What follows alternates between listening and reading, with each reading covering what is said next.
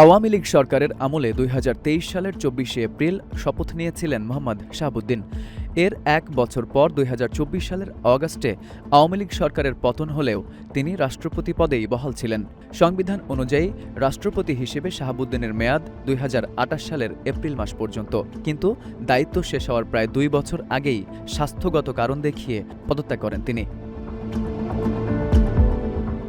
পদত্যাগের পরপরই বিভিন্ন রাজনৈতিক দল ও সংগঠনের পক্ষ থেকে সদ্য সাবেক রাষ্ট্রপতিকে গ্রেপ্তার ও বিচারের মুখোমুখি করার দাবি জানানো হয়েছে।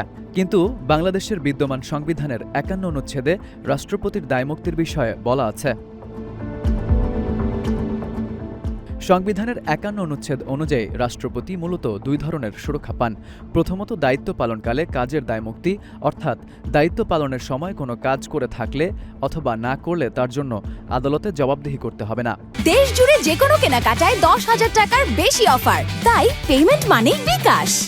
দ্বিতীয়ত, কার্যভারকালে ফৌজদারি সুরক্ষা, অর্থাৎ রাষ্ট্রপতি থাকাকালে তার বিরুদ্ধে ফৌজদারি মামলা দায়ের বা চালু রাখা যাবে না। তাকে গ্রেপ্তার বা কারাবাসের পরোয়ানাও জারি করা যাবে না।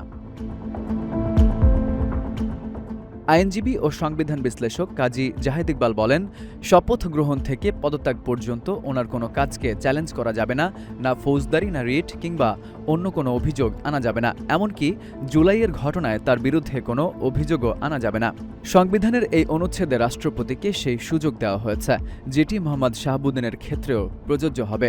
যে কারণে সংবিধান বিশেষজ্ঞরা মনে করেন, যেহেতু রাষ্ট্রপতি স্বেচ্ছায় পদত্যাগ করেছেন, সে কারণে তার বিরুদ্ধে আইনগত ব্যবস্থা নেওয়ার সুযোগ নেই। তবে সংবিধান বিশেষজ্ঞ কারো মতে, যদি রাষ্ট্রপতিকে তার পদ থেকে অভিশংসন করা হতো, সেক্ষেত্রে তার বিরুদ্ধে আইনগত ব্যবস্থা নেওয়ার সুযোগ থাকত।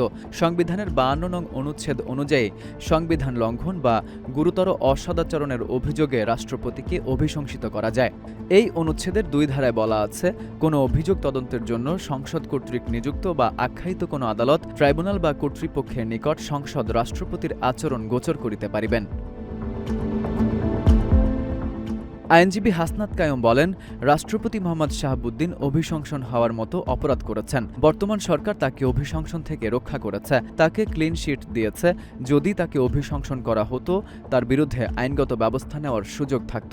তবে তাদের দুইজনই বলছেন, রাষ্ট্রপতি পদে আসীন হওয়ার আগে মোহাম্মদ শাহাবুদ্দিনের বিরুদ্ধে যদি কোনো ফৌজদারি অপরাধে জড়িত থাকার সুনির্দিষ্ট অভিযোগ থাকে, তাহলে তার বিরুদ্ধে আইনগত ব্যবস্থা নেওয়ার সুযোগ থাকবে।